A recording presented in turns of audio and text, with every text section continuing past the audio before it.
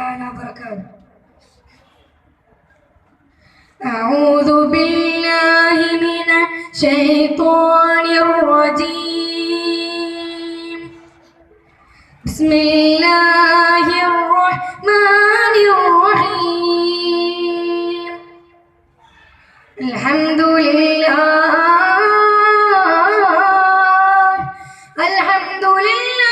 الذي بعد على من لا نبي بعد وعلى آله الموفين عدا. أما بعد فإن خير الحديث كتاب الله وخير الهدي هدي سنن محمد صلى الله عليه وسلم. الصلاة والسلام على أشرف رسول الله. أعوذ بالله من الشيطان الرجيم. بسم الله الرحمن الرحيم. وآتي القربى والمسكين وابن السبيل ولا تبذروا تبذيرا إن المبذرين كانوا إخوان الشياطين وكان الشيطان لربه كفورا. صدق الله العلي العظيم وصدق وبلغ رسوله النبي الكريم ونحن على ذلك من الشاهدين الشاكرين والحمد لله رب العالمين. ബഹുമാനാദരന്തരൻ ഉസ്താദുമാരെ, പ്രിയങ്കരായ വിദ്യാർത്ഥി സുഹൃത്തുക്കളെ, മറ്റു നാട്ടുകാരെ, ഈ ഒരു അനുഗ്രഹീത മുഹൂർത്തത്തിൽ ഞാൻ നിങ്ങൾക്ക് മുന്നിലാഗതനായത് എന്റെ ഉദ്ദേശം ധൂർത്ത് സമൂഹത്തിന്റെ നാശം എന്ന വിഷയത്തെ അധികരിച്ച് അല്പം സംസാരിക്കാനാണ്. അതിനെന്നെ തുണച്ച പ്രപഞ്ച പരിപാലകനെ ഞാൻ ആദ്യമായി ശ്രദ്ധിക്കുകയാണ്. അൽഹംദുലില്ലാഹി അലാ കുല്ലി ഹാൽ വഫീ കുല്ലി മഖാം. സഹോദരങ്ങളെ, ആധുനിക യുഗത്തിൽ ഇല്ലാതാടുന്ന മനുഷ്യർക്ക് സമ്പത്ത് അന്യമല്ല. സമ്പത്ത് അല്ലാഹുവിന്റെ പരീക്ഷണവുമാകാം, നിഅമത്തുമാകാം. ആ ഒരു സമ്പത്ത് കൊണ്ട് തന്നെയാണ് പല ആളുകളും ഇസ്ലാമിൽ നിന്ന് പുറംതിരിഞ്ഞു പോയതും. അതുകൊണ്ട് തന്നെയാണ് പല ആളുകളും ഉയർച്ചയിൽ നിന്ന് ഉയർച്ചയിലേക്ക് എത്തിപ്പെട്ടതും. അതല്ലേ വിശുദ്ധ ഖുർആൻ പറയുന്നത്,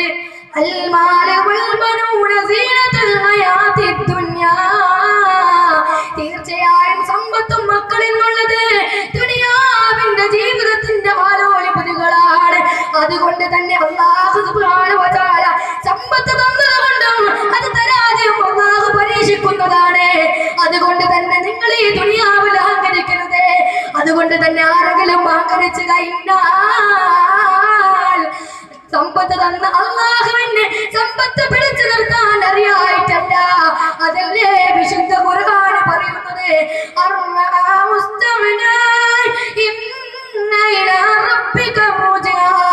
തീർച്ചയായും മനുഷ്യന്മാർ അഭിപ്രായപ്പെടുകയാണ് അവർ വലിയ ഐശ്വര്യവാനാണ്, അവർക്ക് ആരെയും തന്നെ സഹായം വേണ്ട, അല്ലാഹുവിൽ നിന്നുള്ള ഒരു സഹായവും വേണ്ട. അപ്പോൾ അല്ലാഹു പറയുന്നു,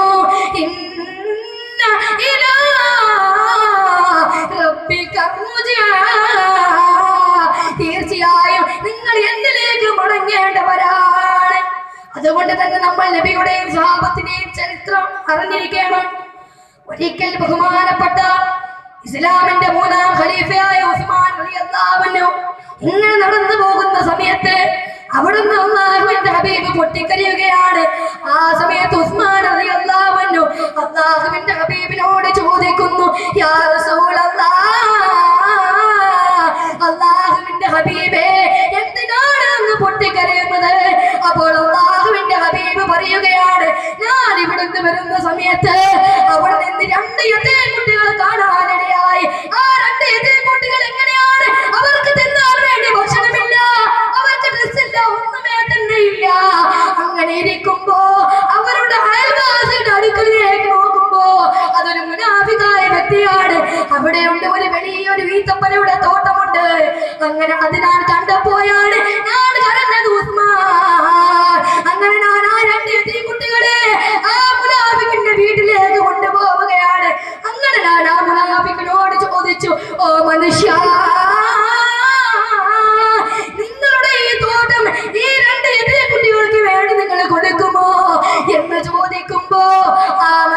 പറയുകയാണ്, മുഹമ്മദേ, ഓ മുഹമ്മദേ, ഞാൻ ഈ തോട്ടങ്ങൾ അവർക്ക് കൊടുക്കണമെങ്കിൽ ഇതേപോലെയുള്ള 100 തോട്ടങ്ങൾ നിങ്ങൾ എനിക്ക് വേണ്ടി സംഭാവന ചെയ്യണം. എന്നാൽ മാത്രമേ ഞാൻ ഈ ഒരു തോട്ടം അവർക്ക് വേണ്ടി കൊടുക്കുകയുള്ളൂ എന്ന് പറഞ്ഞപ്പോഴാണ് ഞാൻ കരഞ്ഞത് ഉസ്മാൻ. അപ്പോൾ ഉസ്മാൻ റളിയല്ലാഹു അൻഹു പറയുകയാണ്, ഓ നബിയേ, എന്നാൽ ആ മനുഷ്യൻ അങ്ങയോട് 100 അല്ല 1000 തോട്ടങ്ങളാണ് പറഞ്ഞതെങ്കിൽ ആ 1000 തോട്ടങ്ങൾ ഞാൻ അങ്ങക്ക് തരാൻ വേണ്ടി ഞാൻ തയ്യാറാണ് നബിയേ. സഹോദരങ്ങളെ, ഇതെല്ലാം നമുക്ക് പാഠമാണ്. ഇതെല്ലാം നമ്മൾ അടിവരയിട്ടുകൊണ്ട് മനസ്സിലാക്കേണ്ട ഒരു കാര്യമാണ്. സഹോദര, 5 സ്റ്റാർ ഹോട്ടലുകളിൽ ഇരുന്നുകൊണ്ട് അവിടുത്തെ വലിയ വലിയ തീർച്ചയായിട്ടുകൊണ്ട് കുറച്ച് മാത്രം ഭക്ഷണം കഴിച്ച് ബാക്കിയെല്ലാം തന്നെ വേസ്റ്റാക്കുന്ന സഹോദരങ്ങളെ, നിങ്ങളൊന്ന് ആലോചിക്കൂ. ഒറ്റ നേരത്തെ ഭക്ഷണം കിട്ടാത്തതിന്റെ പേര് ആ ദിവസത്തിന് വേണ്ടി പാടി പാടുന്ന മനുഷ്യന്മാർ, മുസ്ലിങ്ങൾ, ബഹുമാനപ്പെട്ട ഇബ്രാഹിം ഇബ്നു അദ്ഹം റളിയല്ലാഹു അൻഹു അദ്ദേഹം ഇങ്ങനെ നടന്നു പോവുകയാണ്. ഭക്ഷണത്തെ അന്വേഷിച്ചു കൊണ്ടാണ് ബഹുമാനപ്പെട്ടവർ ഇങ്ങനെ നടന്നു പോകുന്നത്. അവസാനം അവിടെ ഒരു ഹോട്ടൽ കാണാനിടയായി. അങ്ങനെ ആ ഹോട്ടലിന്റെ പിന്നാലെ നോക്കുമ്പോ അവിടെ വലിയൊരു ബാസ്കറ്റ് കൊണ്ട് കാണാനിടയായി. അങ്ങനെ ആ ഒരു ബാസ്കറ്റിൽ നിന്ന് നല്ല ചോറെല്ലാം മാറ്റിയെടുത്തുകൊണ്ട് ബഹുമാനപ്പെട്ടവർ തിന്നാൻ പോകുന്ന സമയത്ത് അവിടെ നിന്നുകൊണ്ട് ഒരു നായ അലന്ന് തിരഞ്ഞുകൊണ്ട് ഭക്ഷണം കിട്ടാത്തതിന്റെ പേരിൽ ഇങ്ങനെ നടന്നുകൊണ്ട് വരുമ്പോ ബഹുമാനപ്പെട്ടവർ കണ്ടപ്പോൾ അവിടെ നിന്നുകൊണ്ട് ഓടി വന്നുകൊണ്ട് ആ നായ കൈ നീട്ടുകയാ. അപ്പോൾ ബഹുമാനപ്പെട്ട ഇബ്രാഹിം അദ്ഹം റളിയല്ലാഹു അൻഹു ആ നായോട് പറയുകയാണ്, ഇപ്പോൾ ഞാൻ എന്റെയും സമമാണ്, അതുകൊണ്ട് തന്നെ നിന്റെ അടുക്കലുള്ളതും എന്റെ അടുക്കലുള്ളതും നമുക്ക് തിന്നാം. നാളെ അല്ലാഹുവിന്റെ കോടതിയിൽ ആർക്കാണ് ഏറ്റവും കൂടുതൽ സ്ഥാനമുണ്ടാകുക എന്ന് നോക്കാം. സഹോദരങ്ങളെ, നമുക്ക് 1 അല്ല 2 അല്ല 5 പ്രാവശ്യം നമുക്ക് ഭക്ഷണം കിട്ടിയിട്ടും അതിനെ നമ്മൾ വെറുക്കുകയല്ലേ? സഹോദരങ്ങളെ, ഭക്ഷണത്തിന് മാത്രമല്ല ദൂരത്തുള്ളത്, വസ്ത്രധാരണയിലുമുണ്ട്. നമ്മളെല്ലാവരും നമസ്കാരം കളാക്കിക്കൊണ്ട് മാരപ്രദേശം ഷോപ്പിലിറങ്ങിക്കൊണ്ട് പുതിയ വസ്ത്രം ധരിക്കുകയാണ്.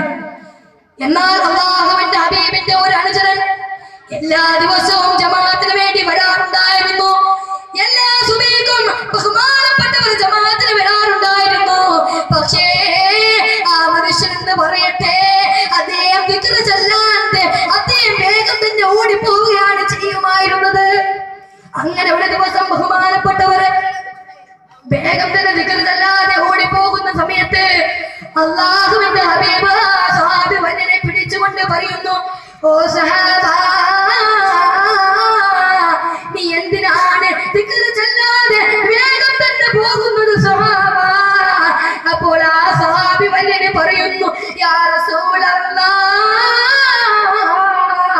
അല്ലാഹുവിന്റെ ഹബീബേ, ഞാൻ ഇവിടുന്ന് ദിക്ർ ചൊല്ലാതെ പോയാൽ മാത്രമേ എന്റെ ഭാര്യക്ക് നമസ്കരിക്കാൻ പറ്റൂ. അതുകൊണ്ടാണ് ഞാൻ വേഗം തന്നെ പോകുന്നത് എന്ന് പറയുമ്പോ എന്താണ് കാരണമെന്ന് ചോദിക്കുമ്പോ ആ സഹാബി വര്യനെ പറയുകയാണ്, നബിയേ, എനിക്കും എന്റെ ഭാര്യക്കും ആകെ ഔറത്ത് മറക്കാൻ പറ്റിയ ഒരു വസ്ത്രം മാത്രമേ ഉള്ളൂ. ആ വസ്ത്രം കൊണ്ട് മാത്രമേ നമ്മൾ ധരിക്കാറുള്ളൂ. അങ്ങനെ കുറെ സമയം കഴിഞ്ഞപ്പോൾ ഭാര്യ കാത്തു നിൽക്കുന്നു. സ്വന്തം ഭർത്താവ് വരുന്ന കാണുന്നില്ല. അങ്ങനെ കുറെ സമയത്തിന് ശേഷം അല്ലാഹുവിന്റെ ഹബീബ് ആ സഹാബി വര്യൻ എല്ലാ സഹാബിമാരുടെയും കൂട്ടത്തിൽ കൊണ്ടുപോയി അദ്ദേഹത്തെ വലിയൊരു ധനികയാക്കി മാറ്റുകയാണ് ചെയ്തത്. അവസാനം ഭാര്യ കാത്തു നിന്ന് അവസാനം വിരുന്ന് കണ്ടപ്പോൾ ആ ഭാര്യ നബിയുടെ അനുജനോട് ചോദിക്കുന്നു, അമ്മാ